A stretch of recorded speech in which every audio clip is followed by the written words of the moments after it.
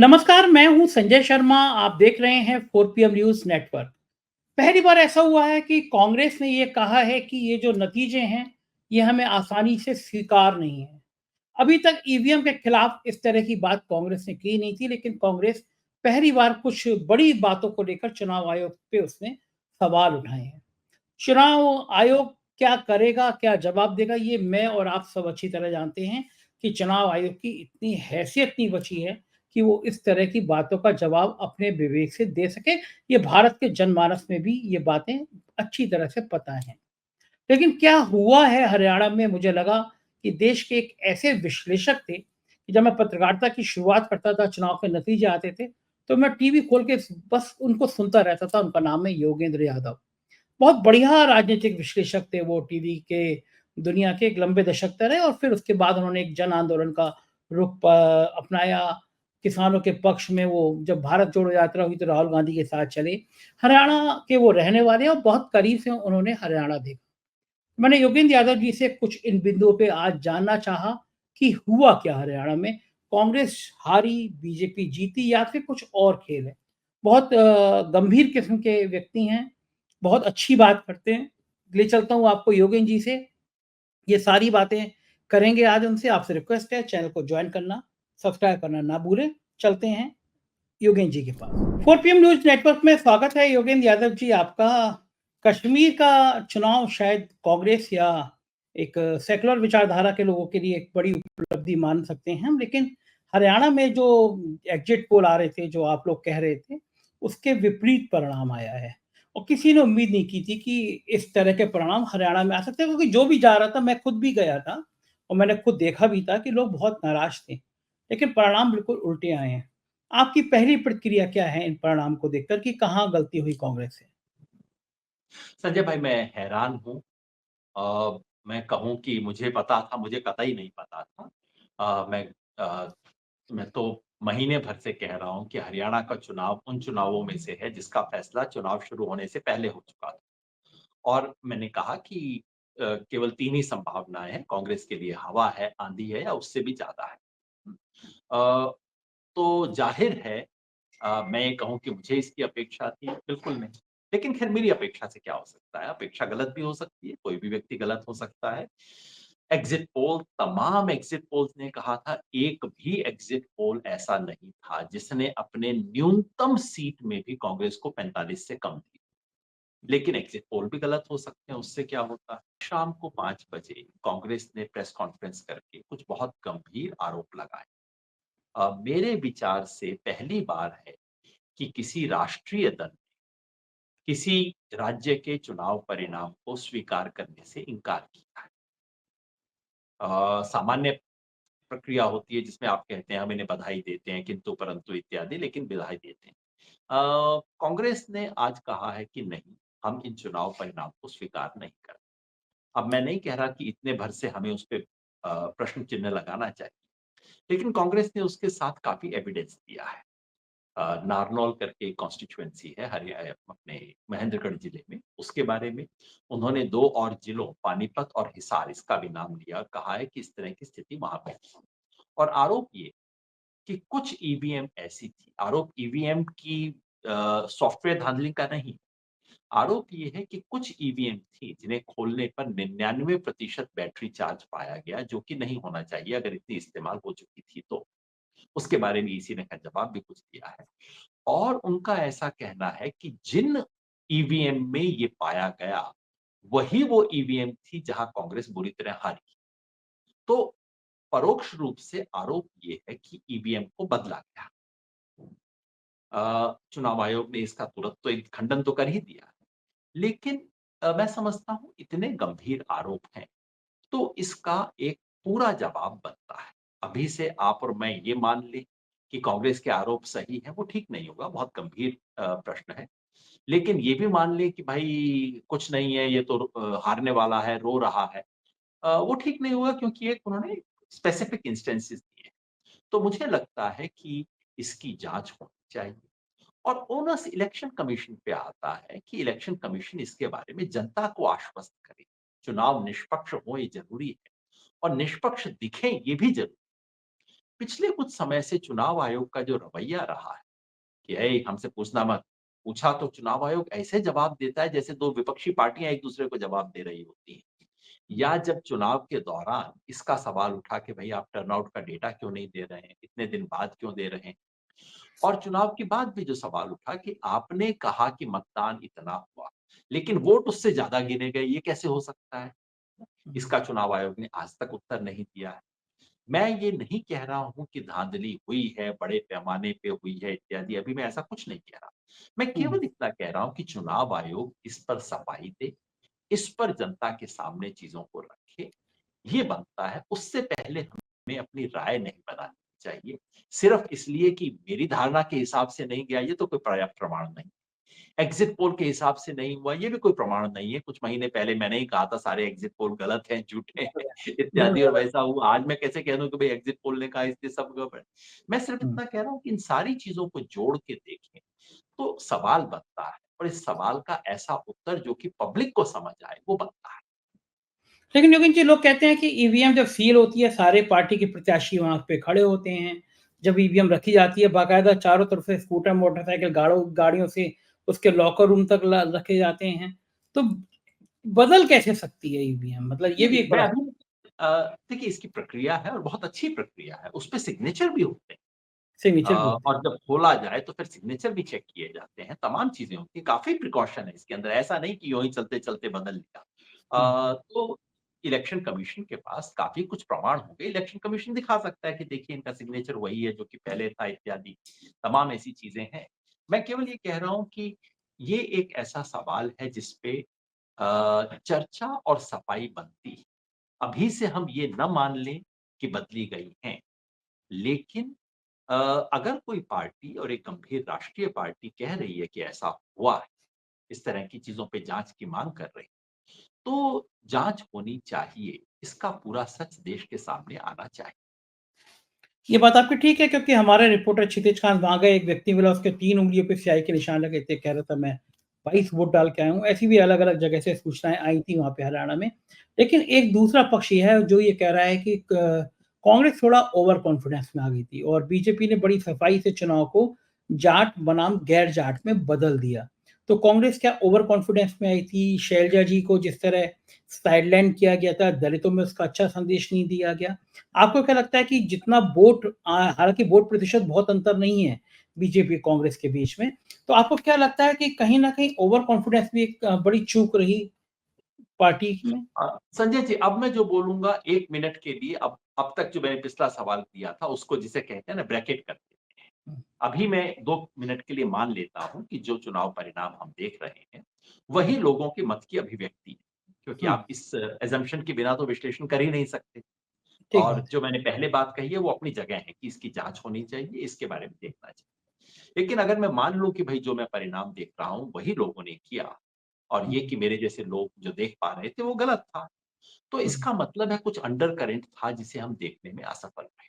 वो हुँ, अंडरकरेंट क्या हो सकता है? जो मुझे हुँ, समझ आता है, पिछले कई घंटों से मैं इस पे सोच रहा हूँ। जो मुझे समझ आता है कि वो अंडरकरेंट ये हो सकता है कि जो जाट गैर जाट का मामला बीजेपी कर रही थी और वो बीजेपी ने कोई छुप के नहीं किया, बिल्कुल खुल के बीजेपी का 35-1 का फ़ॉर्मूला था।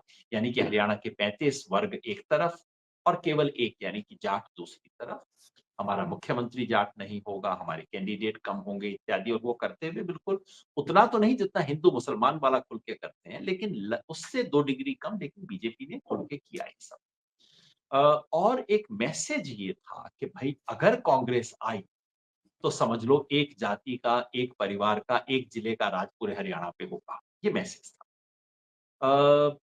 ये हमने सुना, लेकिन ज़मीन पे मुझे लग रहा था इसकी इतनी रेजोनेंस नहीं, इतनी हुँ, स्वीकार्यता नहीं बनी। हो सकता है हुँ, हमारा असेसमेंट गलत रहा हो, तो लोग हुँ, बताने थे में सकुचा रहे हैं, लेकिन ये हुँ, मैसेज रहा हो।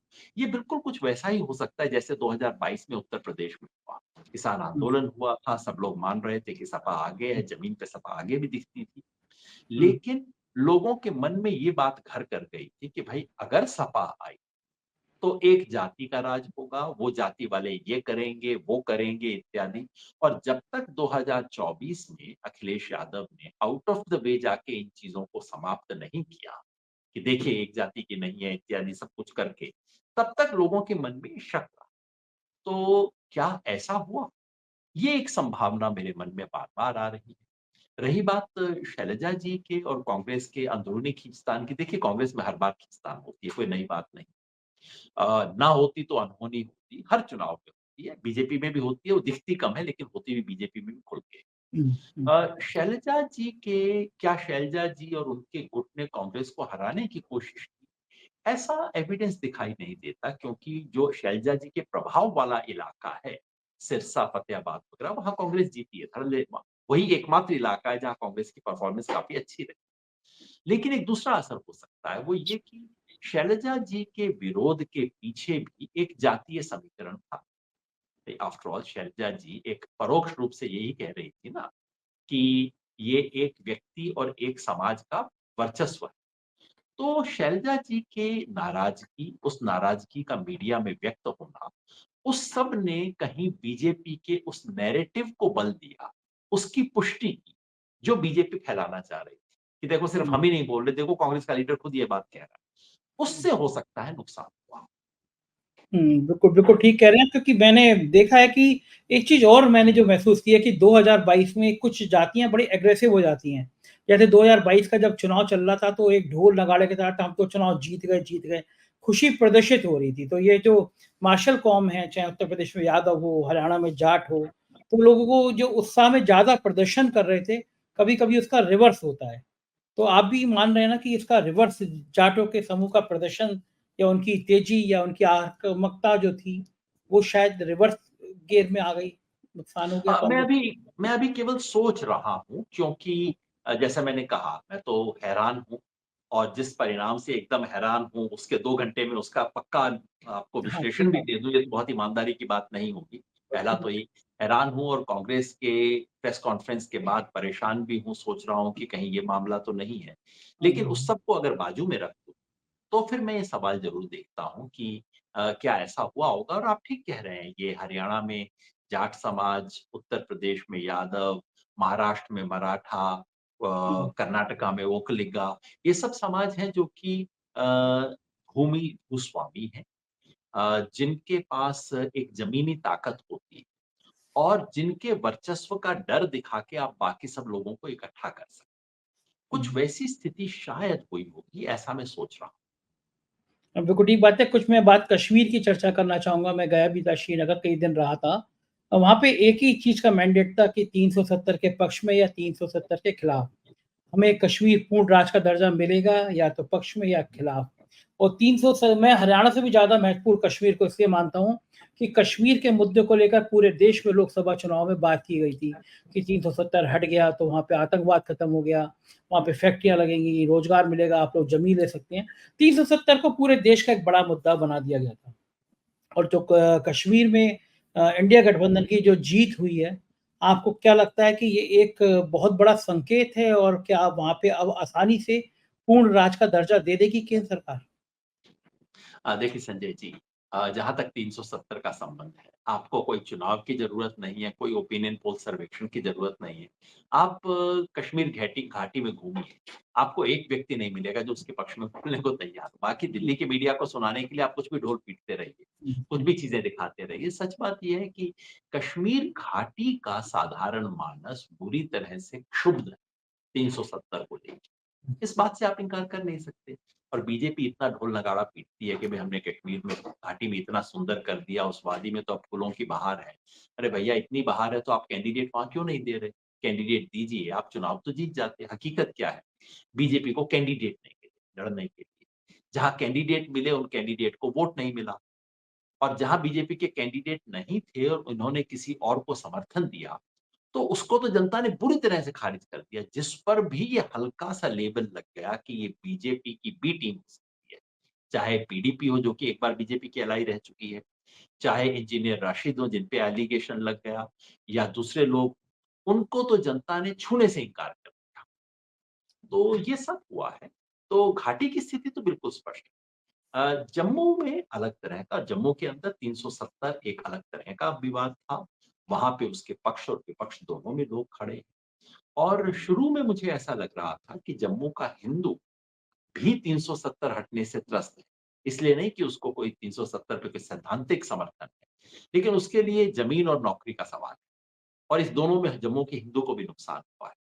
लेकिन अंततः ऐसा लगता है कि कांग्रेस जितना मुकाबला करना चाहिए था जम्मू में, उतना मुकाबला नहीं कर जहाँ की नेशनल कॉन्फ्रेंस काफ़ी मजबूत साबित हुई कश्मीर के अपने इलाके में। जम्मू में कांग्रेस उतना मजबूत साबित नहीं हुई। तो कुल मिला के दोनों को मेजॉरिटी मिल गया है, लेकिन उसमें जम्मू में अभी भी बीजेपी का परफॉर्मेंस काफ़ी अच्छा रहा है और वो सवाल बाकी है। लेकिन आप जो कह रहे हैं उस सवाल पे कोई प्रश्न नहीं है, ना जम्मू में, ना कश्मीर में। पूर्ण राज्य का दर्जा देने की बात हर कोई चाहता है। वो जितना जल्दी हो उतना ही अच्छा है।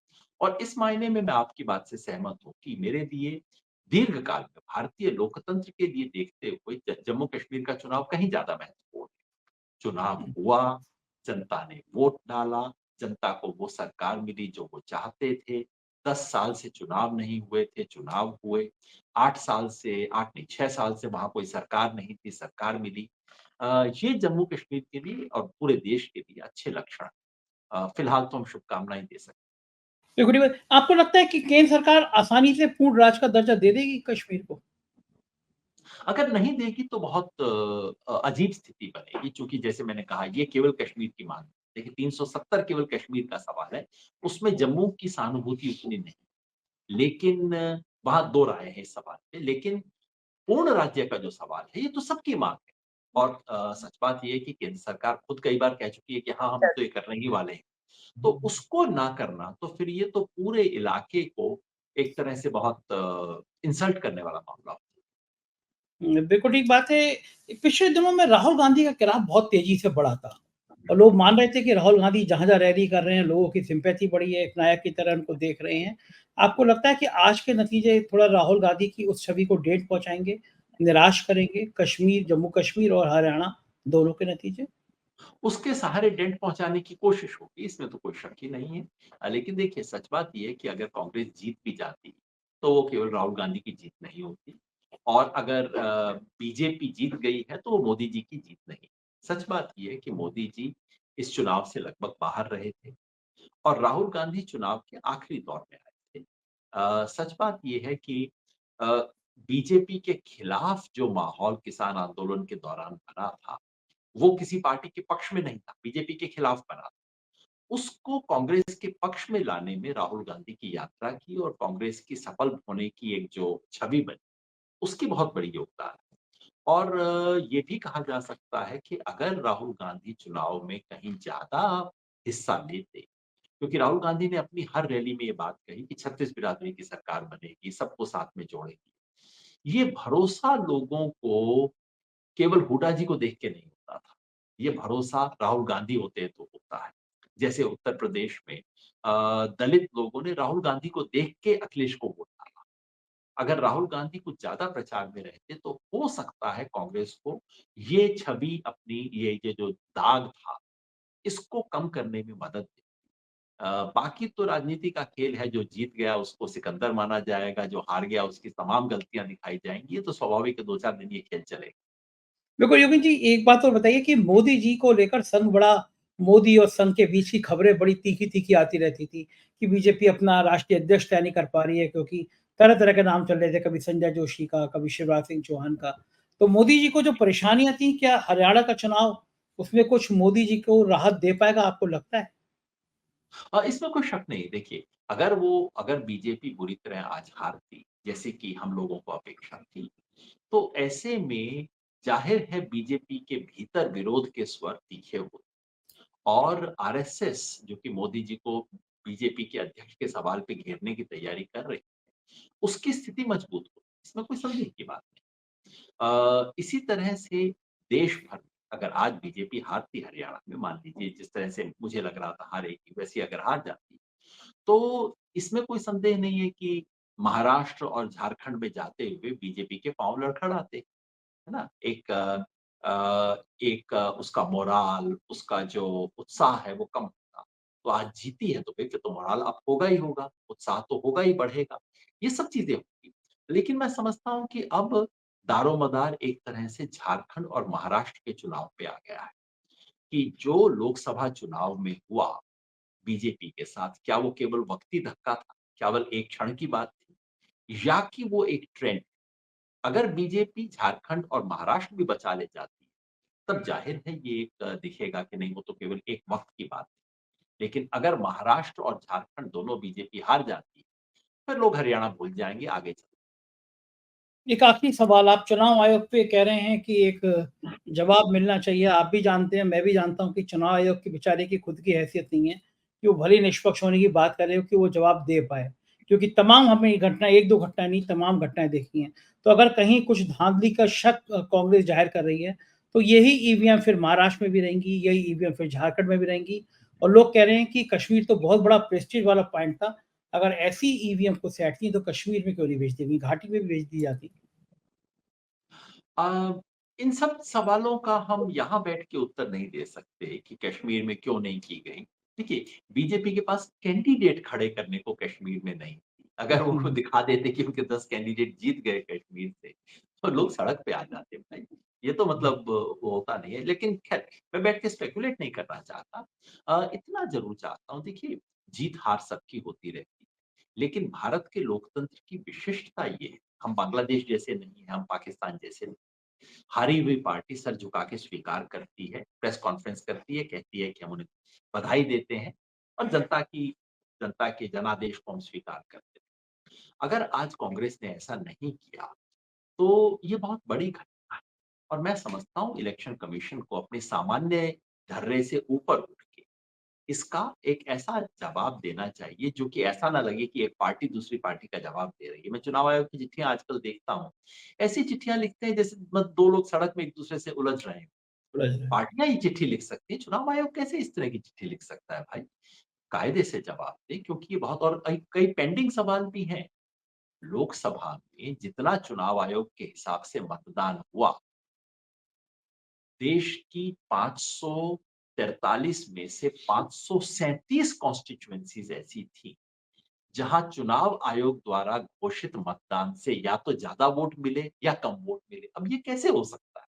आप कह रहे हो कि ईवीएम में इतने वोट डले और जब खुले तो उससे 2 फालतू थे, 5 कम थे। ये कैसे हो सकता है? आज तक चुनाव आयोग ने इसका जवाब नहीं दिया है कायदे से। इन सब चीज़ों का जवाब देना चाहिए। मैं बिल्कुल नहीं कह रहा हूँ कि धांधली, मैंने तो एक लंबा-चौड़ा लेख लिखा ये कहने के लिए कि ईवीएम में धांधली के सवाल पे अब थोड़ा-सा हम शांत हो जाएँ, है ना? लेकिन इन सवालों का तो जवाब देना, ये ईवीएम की धांधली नहीं है, ये सवाल तो बिल्कुल साधारण किस्म के सवाल, है ना? इसका जवाब मिलना चाहिए, तो चुनाव आयोग पे ज़रूर इस वक़्त ज़िम्मेवारी है कि वो चुनाव की निष्पक्षता के बारे में इस देश की जनता को आश्वस्त करे। जीत-हार तो चलती रहती है, आज कांग्रेस हारी है, कल को बीजेपी हारेगी और याद रखिए ईवीएम पे सबसे पहले सवाल उठाने वाली पार्टी कांग्रेस नहीं थी, सबसे बीजेपी। पहली पार्टी बीजेपी थी। बीजेपी ठीक। ने बाकायदा उसके बारे में एक किताब लिखी। जीवीएल हुँ, नरसिम्हा राव जो आजकल इनके स्पोक्सपर्सन है, राज्यसभा के सदस्य थे। उन्होंने किताब लिखी थी जिसकी प्रस्तावना माननीय एल के अडवाणी जी ने लिखी। हुँ। तो ये ना कहें कि कांग्रेस ने आज किया, ये सब बीजेपी कर चुकी है। ठीक मगर बात। देश तो कांग्रेस और बीजेपी से ऊपर है ना, देश को जवाब देना चाहिए, ये महत्व। ठीक है। बहुत-बहुत शुक्रिया योगेंद्र जी, आपने इतना समय दिया। Thank you. ये थे योगेंद्र यादव जी, इन्होंने समझाया और इन्होंने बताया कि कितने गंभीर सवाल खड़े हुए हैं, चुनाव आयोग को निश्चित रूप से इसका जवाब देना चाहिए। मैं भी सहमत हूँ कि चुनाव आयोग को कम से कम इस मामले में पारदर्शिता रखनी चाहिए, देश को समझाना चाहिए। आपको कैसी लगी बातचीत? अपनी राय से अवगत कराइएगा। शुक्रिया, थैंक यू।